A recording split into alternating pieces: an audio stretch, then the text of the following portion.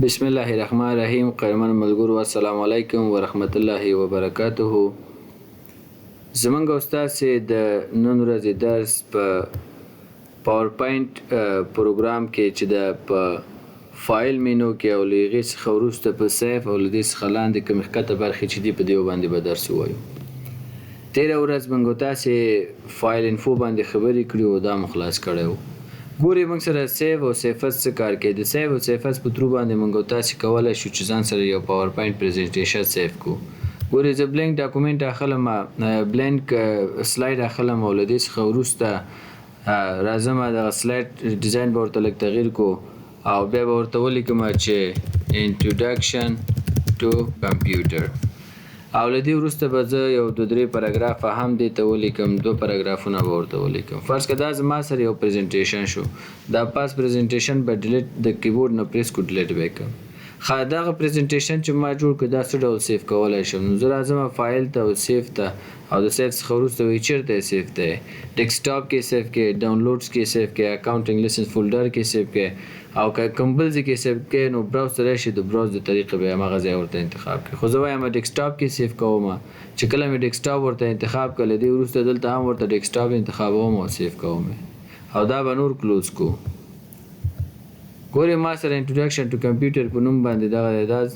سیف شوی دی، یعنی موږ چې کله ډبل کلیک پې وکړم دوباره یې اوپن کولی شم. نو دا موږ سره و د سیف خبره چې موږ تاسې کولی شو پریزنټیشن ځان سره سیف کړو. دلته بله مهمه خبره د پرینټ دی. ګورې دغه پریزنټیشن خو ما لیکلی یوه ورقه ده،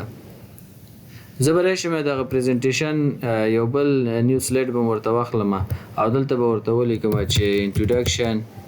انټروډکشن ټو سافټویر به ورته ولیکم. ګورې دلته ورته لیکم چې انټروډکشن ټو سافټویر، او وروسته راځم یو 2 پاراګرافه به دې ته هم ولیکو. دا د سافټویر په اړه موضوع شوه. ښه له دې وروسته و زه راځم دلته فایل ته، او د فایل څخه وروسته پرینټ ته راځم. ګورې په پرینټ کې څو خبرې دي. لومړی خبره خو دا دی چې نمبر اف پرینټر به انتخاب کړئ. لومړی نو دلته به ورته پرینټر لومړی انتخاب کړو چې ما سره هر پرینټر انسټال وي. که چېرته پرینټر سره انسټال ونه اوسېږي نو اډ پرینټر باندې کلیک وکړئ او دا تاسې سیټینګ ته وړي، او د سیټینګ څخه وروسته به د پرینټر CD واچوئ او له دې ځایه به ځان سره انسټال کړئ، اډ به کړئ. هغې نه وروسته به تاسې سره هلته پرینټر راشي، هماغه مربوطه پرینټر به ورته انتخاب کړي او پرینټ به ورته ورکړي. نو تاسو سره به دغه سلایډ څنګه کړي، دا 2 سلایډونه یعنی 1 او 2 دا 2 سلایډونه به تاسو سره پرینټ کړي.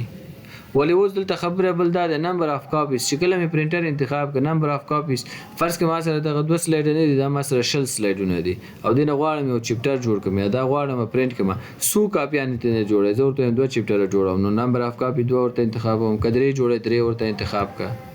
بله خبره هم دلته موږ سره د سیټینګ خبره ده. سیټینګز کې موږ څه کولی شو؟ اوس سیټینګ کې دا دی پرینټ آل سلایډز. که اوس ما سره 2 سلایډونه دي، که زه پرینټ ووایم ما سره 2 سلایډونه پرینټ کوي. خو که چېرته دلته کلیک وکړم دلته څه نورې خبرې هم شته. پرینټ سلیکشن. ګورې پرینټ سلیکشن په ترو باندې موږ څه کار کولی شو؟ زه بیرته بیک راځم او له دې څخه وروسته په شیفت سره چې دی دغه دواړه انتخابوم، او بیا راځم فایل ته، او کله هم چې فایل ته راغلم پرینټ ته راځم. اوس به ما سره کوم یو پرینټ کوي؟ ګوره اول او دومه صفحه به ما سره پرینټ کوي، ځکه پرینټ سلیکشن ما ورته انتخاب کړی و که نه، یعنی اول او دومه صفحه به ما سره څنګه کېږي پرینټ کېږي. زه به داسې کار وکړم چې دلته به راشم او نیو سلایډ ته به راشم او یو سلایډ به بل هم زه اضافه کړم، او دلته به ورته ولیکم چې انټروډکشن داسې به ورته ولیکو چې انټروډکشن ټو هارډویر به ورته ولیکو، هارډویر. صحیح دی؟ دا مې ورته ولیکلو، او د دې په اړه به هم راشو یو څه پاراګرافونه به ورته اضافه کړو. سمه ده، یو 2 پاراګرافونه به دې ته هم زه اضافه کړم. ګورې دا ما سره د انټروډکشن ټو هارډویر شو. لکه مجموعاً ما سره 3 سلایډونه دي. زه ورته وایم دغه اول سلایډ او شیفت سره دا دومه مې انتخابوم، ورته وایم دا 2 سلایډونه، یا داسې کار کوم یو دا سلایډ او بل دا سلایډ، یعنی دوم او دریم سلایډ زه غواړم پرینټ کړم. له دې څخه وروسته زه راځم چېرته پرینټ ته، چې پرینټ ته راغلم ورته وایم چې پرینټ سلیکشن. ګوره اول او دویمه صفحه به ما ته پرینټ کوي. صحیح دی؟ یعنی هلته خو اول او دویمه صفحه به ماته پرینټ کوي هغه انټروډکشن ټو کمپیوټر بیخي پرېږدي ګورې هارډویر شو سافټویر شو لکه سلیکشن څخه هدف دا دی که دلته تا سره 50 یا 10 سلایډونه واوسېږي هر یو چې ته سلیکټ کوې او بیا راځې د هغې څخه وروسته پرینټ ته او پرینټ سلیکشن ورته انتخابوې هماغه سلایډونه چې تا سلیکټ کړي اوسي نو هماغه درته پرینټ کوي نور سره بېکار نه وي پرینټ کرن سلایډ څه کار کوي ګوره زه راځم دلته په دې دریم سلایډ باندې درېږم او دلته چې دی دا انټروډکشن ټو څه دی هارډویر دی صحیح دی زه غواړم همدا ځان سره یوازې پرینټ کړم زه دلته راځم پرینټ ته او پرینټ څخه وروسته ګورې همدغه دریمه ورقه او دریمه ورقه راته راغی همدا پرینټ کېږي نو لکه دې څخه کولی شي پرینټ آل سلایډ ټول سلایډونه پرینټ کړي پرینټ سلیکشن یوازې هغه سلایډونه چې تا انتخاب کړي دي هغه پرینټ کړي او پرینټ کرنټ سلایډ کوم سلایډ کې چې ولاړ اوسي هغه ځان ته کولی شي چې پرینټ کړي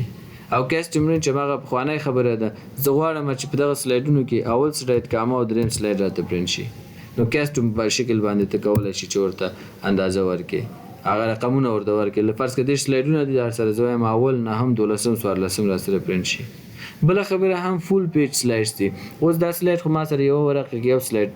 پرینټ کېږي زه ورته وایم نه دلته چې زه کلک کوم ما ته څه نور اپشن یې هم راکوي ګورې زه ورته وایم چې په یو ورقه کې یو سلایډ نه بلکې 2 سلایډونه راته راکړه نه لومړی ورته دا انتخابوم چې ما ته نوټس راکړه نوټس داسې یو شکل لري ګورې پورته به سلایډ وي او لاندې به تا ته سپین ځای درکړي دلته د دغې سلایډ مربوط څه نوټس لیکلی شي نه زه ورته وایم نوټس نه تېرېږه داسې کار وکړه آوټلاین راته راکړه آوټلاین څخه هدف دا دی لکه دغه څومره سلایډونه چې ما لیکلي دغه سلایډونو کې د آوټلاین مه راکوي یوازې ټکس یې راته راکړه چې کلیک کوم ګورې یوازې ټکس راته راغی هغه آوټلاین خلاص شو دا اول سلایډ دی دا دوم سلایډ دی دا دریم سلایډ دی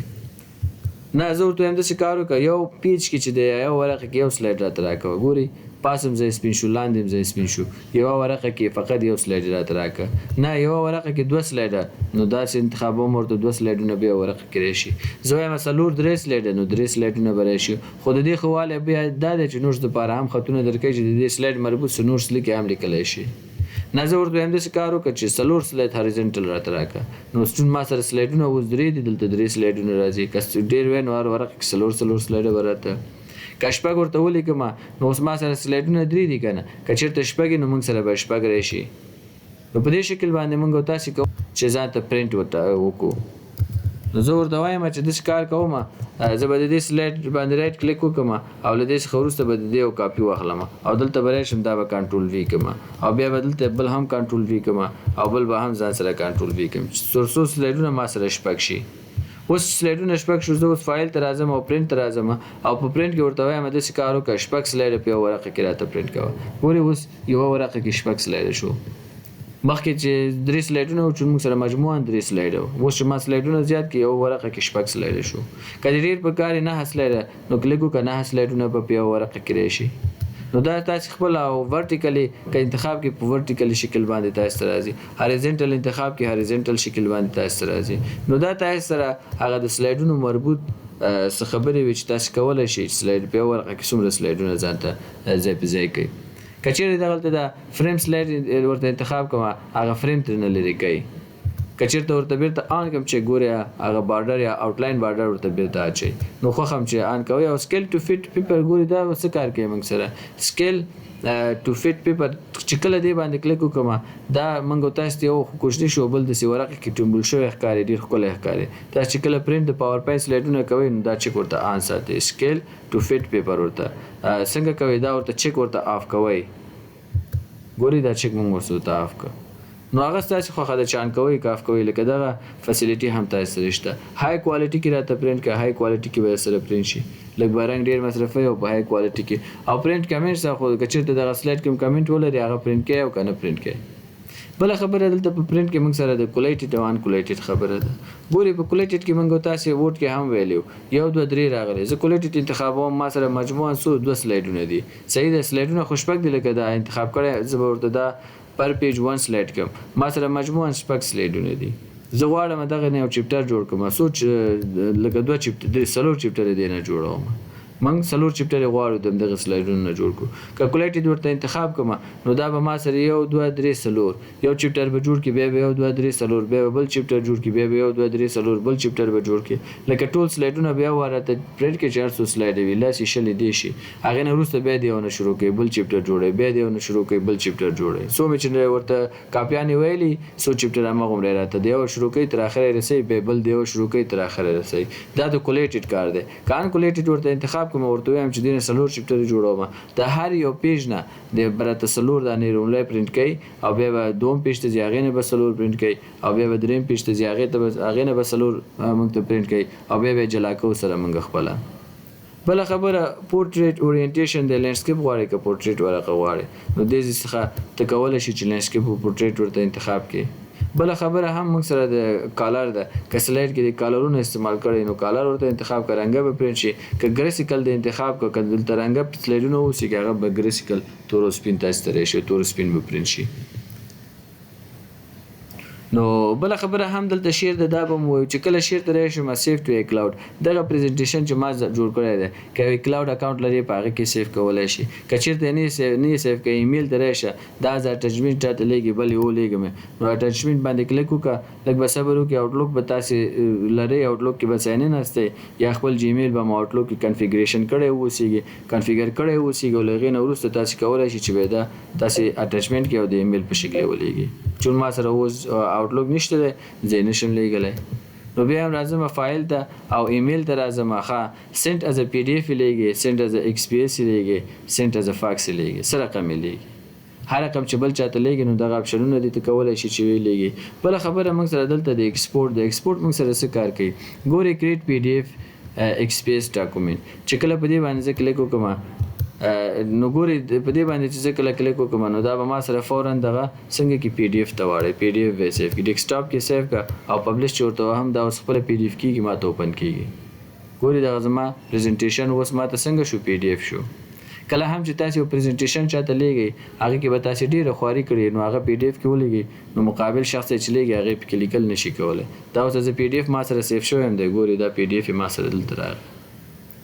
نو زه بیرته پاور پوینټ ته راځم او بیا ورته وایم فایل ته او د فایل څخه وروسته زه راځم ایکسپورټ ته بله خبره کریټ ویډیو یو ویډیو هم کولی شو چې کریټ کو څنګه کریټ کو فرض که دا زما سره سلایډونه دي زه اول سلاید ته راځم او دې ته چې دی یو انیمیشن ټرانزیشن انتخابوم فرض که دا یو ټرانزیشن ما ورته انتخاب لدې وروسته فایل ته راځم او په فایل کې چې دی زه څنګه ایکسپورټ ته راځم او زه ورته وایم داسې کار وکړه ویډیو راته جوړ کړه فول ایچ ډي جوړ کړم نه اوس شل ډي پی نه 480 ډي پی کې راته جوړ کړه چې کریټ ویډیو باندې مې کلیک وکړه نو دا ویډیو موږ سره کریټ کېږي ګورې زه په دې باندې کریټ وهم دا به اوس وایي چېرته سیف کړې دا ویډیو دا ورته دا انتخابوم او سیف کوم چې کله مې سیف ووه ګورې دلته موږ سره څنګه شو اوس ویډیو کریټینګ شروع شو اوس به ویډیو موږ ته د همدغه سلایډونو نه جوړ شي لږ به ورته صبر وکړو تر څو دا تر دې ځای ورسېده اوس راځو ګورو چې ویډیو جوړ شوی او که نه ګورو انټروډکشن ټو کمپیوټر ویډیو موږ سره جوړ شوی دی لکه موږ او تاسې کولی شو چې خپل یو پریزنټیشن څخه ویډیو هم ځان ته جوړ کړو چې هغه په خپله په اتوماتیک ډول باندې وخت ورته ورکوو 15 سیکنډ یا 10 سیکنډه بعد هغه سلایډونه اوړي راوړي نو دا موږ سره بله د ویډیو خبره وه بله موضوع هم دلته موږ سره کریټ ان انیمیټډ ګیفټ دغه ګیفټ هم ترېنه جوړولی شي بس دا هم همغه ویډیو غوندې ته کولی شي میک بیکګراوند ټرانسپیرنټ ورته انتخاب کړي که چیک دی آن کې انتخابېږي که نه آف کېږي second to spin on each slide بار سلایډ څومره وخت بعد تېر کړي 1 دقیقه بعد او سلایډ د اول نه تر شپږمې پورې دی کریټ ګیفټ چې دی ووهو دا به تا ته کریټ کړي نو دا موږ سره وو دلته څو مهمې خبرې او بله خبره چینج فایل ټایپ دلته یو مهمه خبره دا ده چې کله چینج فایل ټایپ باندې زه کلیک وکړم او دغه سلایډ زه غواړم زه جی پی جي ځان سره سیف کړم په پریزنټیشن پاور پوینټ سیف کړئ او که نه پاور پوینټ پکچر پریزنټیشن سیف کړئ یا جی پی جي سیف کړئ پی ان جي سیف کړئ دغه ټول فیسیلیټیانې موږ سره شته فرض کړم دغه پریزنټیشن زه غواړم ځان سره جی پی جي ځان سره سیف کړم سمپل راځم همدغلته کلیک کوم جی پی جي ځان سره دا سیف کول غواړم چې کله مې جی پی جي ورته انتخاب کړ سیفس ته راځم او له دې څخه وروسته زه راځم ورته چېرته ورته وایم دغه راته سیف کړه په ډیسکټاپ کې د 22 په نوم باندې راته سیف کړه صحیح ده او بیا څنګه کوم سیف کوم نو ما ته وایي آل سلایډز درته سیف کړم که جست ون سلایډ زه نه ورته وایم دا اول سلایډ راته سیف کړه جست ون ورته انتخابوم او 22 په نوم باندې ګورې ډبل کلیک کوم دا اوس موږ سره یو جی پی جي عکس دی لکه موږ تاسو دغه کار